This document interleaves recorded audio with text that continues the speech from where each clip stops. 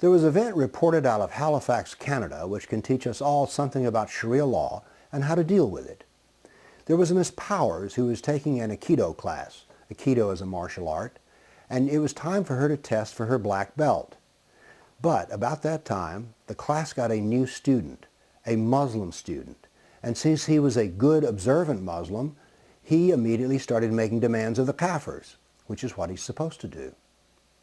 He told the class that the class henceforth would be divided into males and females on each side of the room, and that he would not be sparring with any of the females. Now, this class had since its inception been mixed in terms of gender. But for reasons known only to himself, the Aikido instructor said, okay, that's the way it will be. We'll divide the class and you won't spar with women. When Miss Powers went home and told her mother was incensed. Who had the right to do this? And so she went to different Canadian officials. As a matter of fact, she did this for a year's time. She got no results with anybody. She got the same response from every official.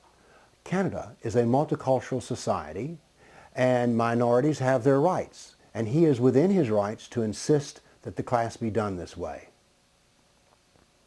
Let's step back and look at this. This is really not about an Aikido class, and it's not about Canada. What this is about is Sharia law. The Sharia was being applied here by this Muslim student, and it makes demands on kafirs that they submit. But what are we going to do with this? Because we have the same things happening nearly on a daily basis here in America. A factory owner is told that, well, we're Muslims and we need to shut down the assembly line because we need to pray. What's he supposed to do? Prison systems are being demanded to serve halal food to Muslim prisoners. What are they to do?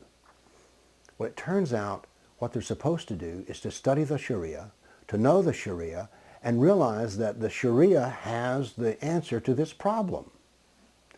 There is a principle in Sharia which is necessity cancels obligation. You see, the Sharia is filled with things that Muslims are obligated to do, and one of them, for instance, is to eat halal food and to not eat non-halal food. But here's the way it works.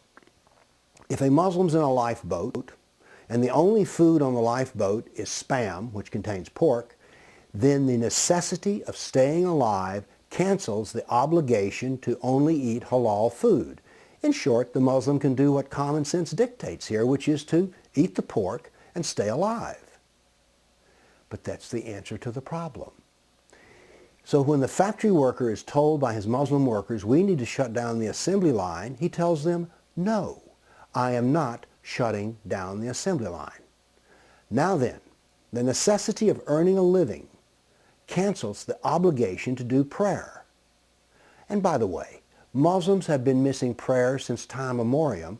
That's the reason why when you look in a Sharia text, it has rules on how to do make-up prayers. It's likewise in the prison system. When the prison system is met by a demand for halal food, if the prison system says, no, you can't have your halal food, then the Muslim is relieved of the obligation to eat it. So the answer to Sharia is the proper application of all of the Sharia. And that's the answer. We have to begin to understand the true nature of Islam in order that we can deal with its demands. And once we understand its true nature, these demands can be easily met or not met. We need to know the Sharia. Thank you.